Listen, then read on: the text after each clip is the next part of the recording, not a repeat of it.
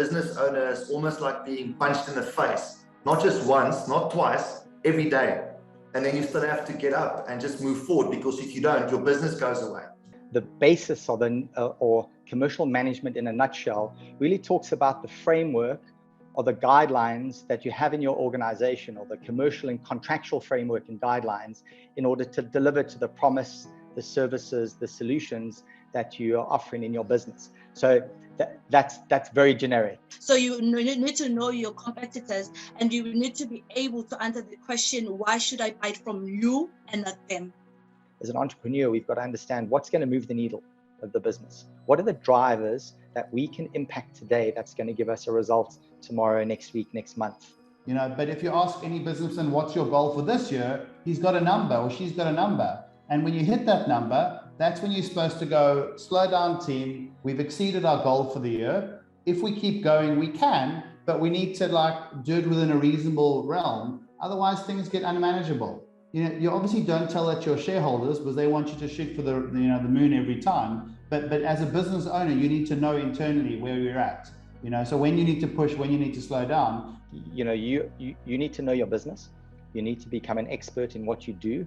And if it gets down to things like the pitch, because that's very important. It's like practice, practice, practice. You've got to get in front of the mirror and you've got to practice your pitch.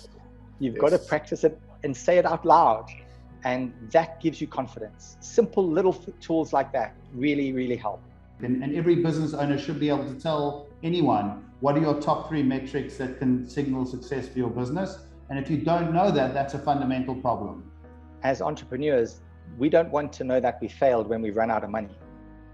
So when we plan for the launch of a product or a business, we've got to understand what the budget is, what those KPIs are that we need to track towards. And if we're not getting there, cut our losses earlier rather than later. Don't go to sleep or wake up in the morning as a business owner and kind of know a few problems you need to be solving and what the next step is. You know, then you've got to question, are you really cut out to run a business? Because there's always problems to solve. Yeah, I think it also comes back to really have a deep understanding of your client's problems. I think if that's your starting point and you really know that is what the problem is and that's what you're trying to solve, it actually supports you. That actually is what gives you the confidence that you're on the right track. You know, you start in a business, I think build it around a vision. And that's the key thing. I think be very purposeful around the culture that you're trying to build and around the value set that you have as an organization.